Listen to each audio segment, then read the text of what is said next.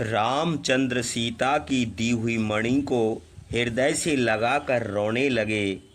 फिर बार बार उसे देखकर कपिराज सुग्रीव से बोले, जैसे बछड़े को देखकर गाय को स्नेह होता है, वैसे ही इस मणि को देखकर मेरे हृदय में सीता को स्नेह बढ़ गया है।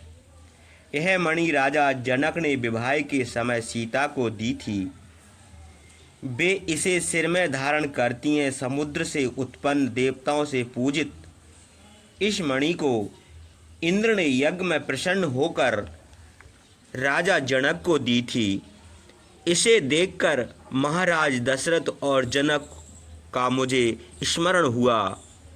मैं इस समय मानो सीता को ही देख रहा हूँ।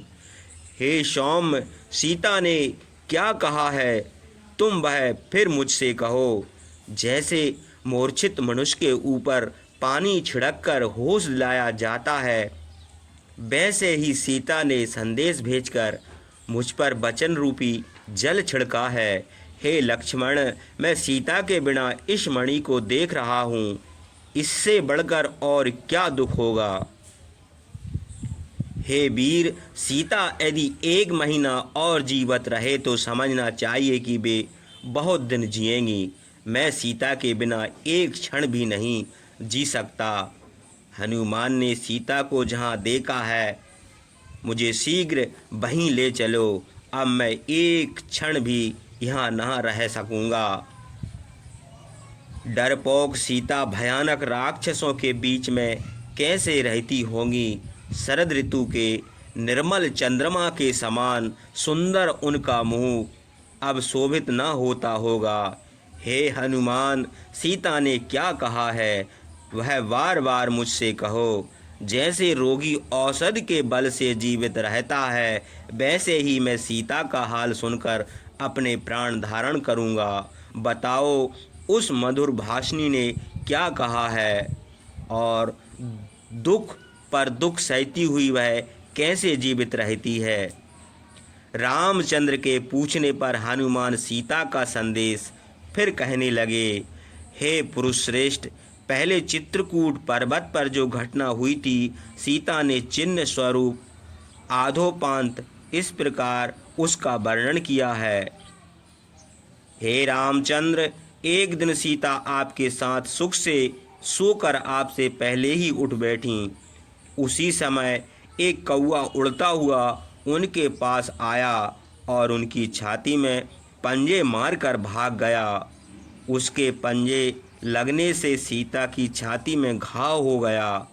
उस समय आप उनकी गोद में सिर रखकर सो गए थे। जब आपके ऊपर उनकी छाती से रुधिर गिरा और वह कौवा बार बार उनको पीड़ित करता रहा, तब सुख से सोते हुए आपको उन्होंने जगाया। हे शत्रुनाशन, सीता की छाती में घाव देखकर आप सांप के समान क्रुद्ध होकर बोले, हे भीरू, तुम्हारी छाती में किसने पंजा मारा है? वह कौन है जो क्रुद्ध पंचमुए सांप के साथ खेल करता है? यह कहकर जब आपने दूसरी ओर देखा तो पंजों में रुधिर लगाए सीता की ओर मुँह किए उस कौवे को आपने देखा। पवन के समान चलने वाला वह कौवा इंद्र का पुत्र था। वह बड़े वेग से आकाश से उतरकर पृथ्वी पर आया था। हे महाबाहु, उसे देखते ही आपने क्रोध से आंखें घूरकर उसे मार डालने का विचार किया।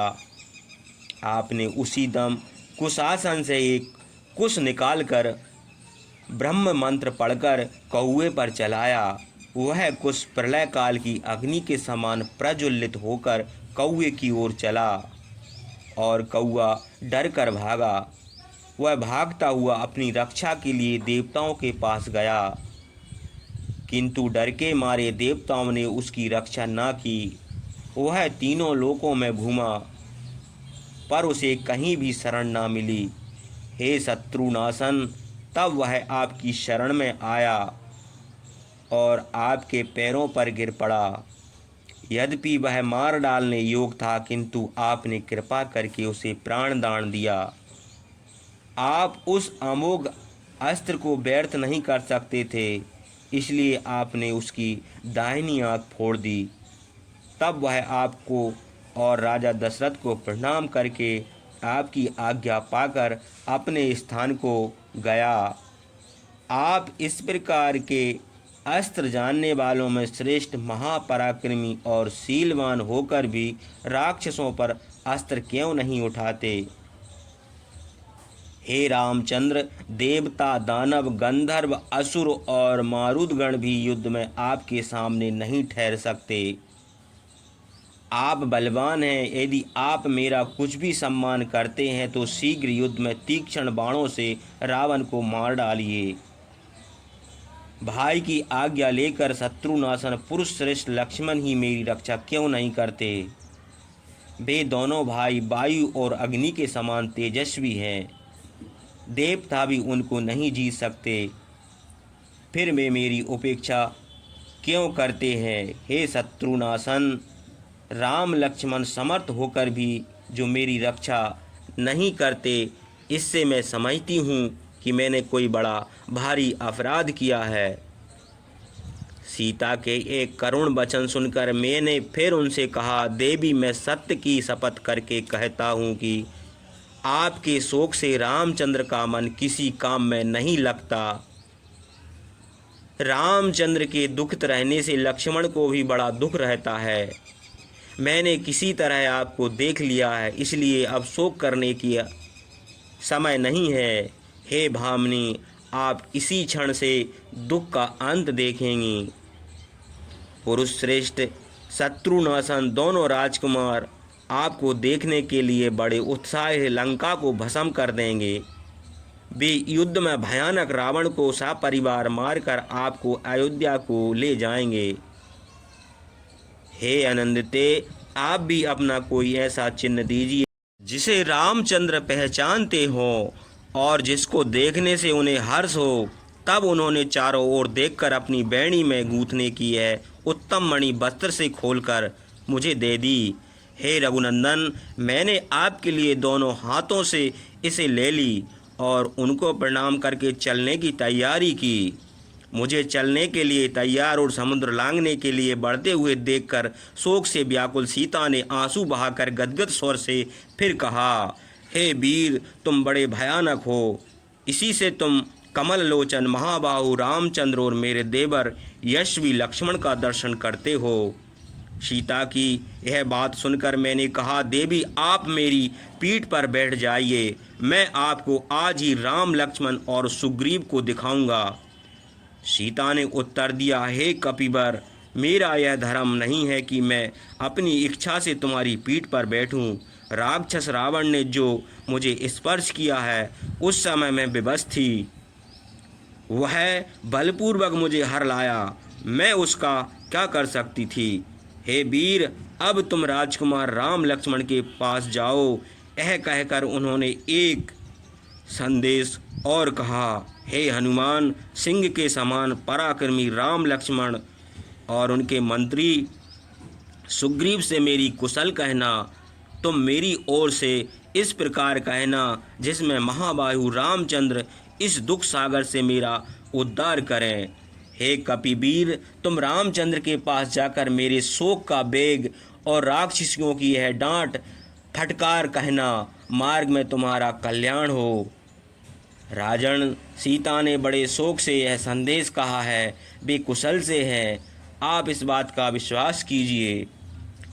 हे पुरुष श्रेष्ठ, उसके बाद आपके स्नेहवश सीता देवी ने दुख से घबराकर आदर के साथ फिर मुझसे कहा, तुम इसी तरह अनेक प्रकार से रामचंद्र को समझाना जिससे वे शीघ्र युद्ध में रावण को मारकर मुझे प्राप्त हो। हे वीर, यदि तुम उचित समझो तो किसी स्थान में छिपकर आज विश्राम करो, कल चले जाना। तुम जितनी देर यहाँ रहोगे उतनी ही देर मुझे अभागन को शोक शांत रहेगा। तुम्हारे चले जाने पर मैं तुम्हारे फिर आने की प्रतीक्षा करूँगी, किंतु तब तक मेरे प्राण रहें या ना रहें इसमें संदेह है। मैं बड़ी दुर्दशा में हूँ और दुख भोग रही हूँ। अब फिर तुमको देखूंगी या नहीं, यह डर मुझे लगा हुआ है, इसलिए तुम्हारे चले जाने के बाद और भी अधिक दुख होगा। हे वीर, तुम्हारे सहायक बानर और रीक्षों के विषय में मुझे यह संदेह है कि वे लोग इस अपार समुद्र के पार कैसे आवेंगे। वे दोनों राजकुमार भी कैसे समुद्र को पार करेंगे। हे निष्पाप, समुद्र के लांघने में गरुड़, पवन और तुम तीन ही व्यक्ति समर्थ हैं। यतिव, हे वीर, इस कठिन काम के करने का क्या उपाय स्थिर करते हो। हे शत्रुनाशन, यद्यपि तुम अकेले ही इस काम को कर सकते हो, किंतु उसमें तुम्हारी ही कीर्ति होगी। रामचंद्र यदि सेना सहित रावण को मारकर विजय होकर मुझे साथ लेकर अयोध्या को लौटें, तब उनकी कीर्ति हो। रावण, उनकी भार्या मुझको छल से हर लाया है, यतिव उसका वध करना ही रघुनंदन रामचंद्र को उचित नहीं। शत्रु सेना का नाश करने वाले रामचंद्र सेना लेकर लंका में आवें और शत्रु को मारकर मुझे अयोध्या को ले जाएं, तभी उनके अनुरूप काम होगा। यतिव, जो काम उन वीर महात्मा के सदृश हो और जिससे तुम्हारा भी पराक्रम प्रकट हो, तुम वैसा ही करो। उनके युक्ति संगत, सार्थक और विनीत वचन सुनकर मैंने उत्तर दिया, हे देवी, रीक्षों और वानरों के राजा बलवान सुग्रीव ने आपका उद्धार करने की प्रतिज्ञा की है। उनकी आज्ञा में बड़े साहसी, महापराक्रमी, मन के समान वेगवान असंख्य वानर हैं। उन वानरों की गति कहीं भी नहीं रुकती। वे आकाश, पाताल और समुद्र आदि सब स्थानों में जा सकते हैं, किसी काम में नहीं थकते। उनके बल की थाह नहीं है। वे वायु के समान वेग से अनेक प्रकार पृथ्वी की प्रदक्षिणा कर चुके हैं। सुग्रीव के साथ जितने वानर हैं वे मेरे समान और मुझसे बढ़कर हैं। कोई वानर ऐसा नहीं है जो किसी बात में मुझसे कम हो। यतिव, जब मैं इस अपार समुद्र को पार कर आया, तब उन बलवानों के लिए कहना ही क्या है। इसके सिवा यह भी तो देखिए, प्रधान व्यक्ति कभी नहीं भेजा जाता, साधारण व्यक्ति ही सब कामों में भेजे जाते हैं। हे देवी, अब शोक करने का समय नहीं है, इसलिए शोक त्याग दीजिए। वे सब वानर एक ही छलांग में समुद्र लांघ जावेंगे। हे महाभागे, पुरुष श्रेष्ठ रामचंद्र और लक्ष्मण मेरी पीठ पर बैठकर उदय हुए सूर्य और चंद्रमा के समान आपके पास आवेंगे। आप शीघ्र देखेंगे कि सिंह के समान पराक्रमी शत्रुनाशन रामचंद्र और लक्ष्मण मनुष्य लिए हुए लंका द्वार पर खड़े हैं। आप शीघ्र ही सुनेंगी बादल और पर्वतों के समान बड़े बड़े वीर वानर लंका में मलय पर्वत के ऊपर गरज रहे हैं। आप शीघ्र ही सुनेंगी नख और दांत ही जिनके अस्त्र हैं, वे ही सिंह और बाघ के समान बलवान वानर शीघ्र लंका में आवेंगे। आप शीघ्र ही देखेंगी कि शत्रुनाशन रामचंद्र वनवास से लौटकर अयोध्या में आपके साथ राज सिंहासन पर शोभित होंगे। आप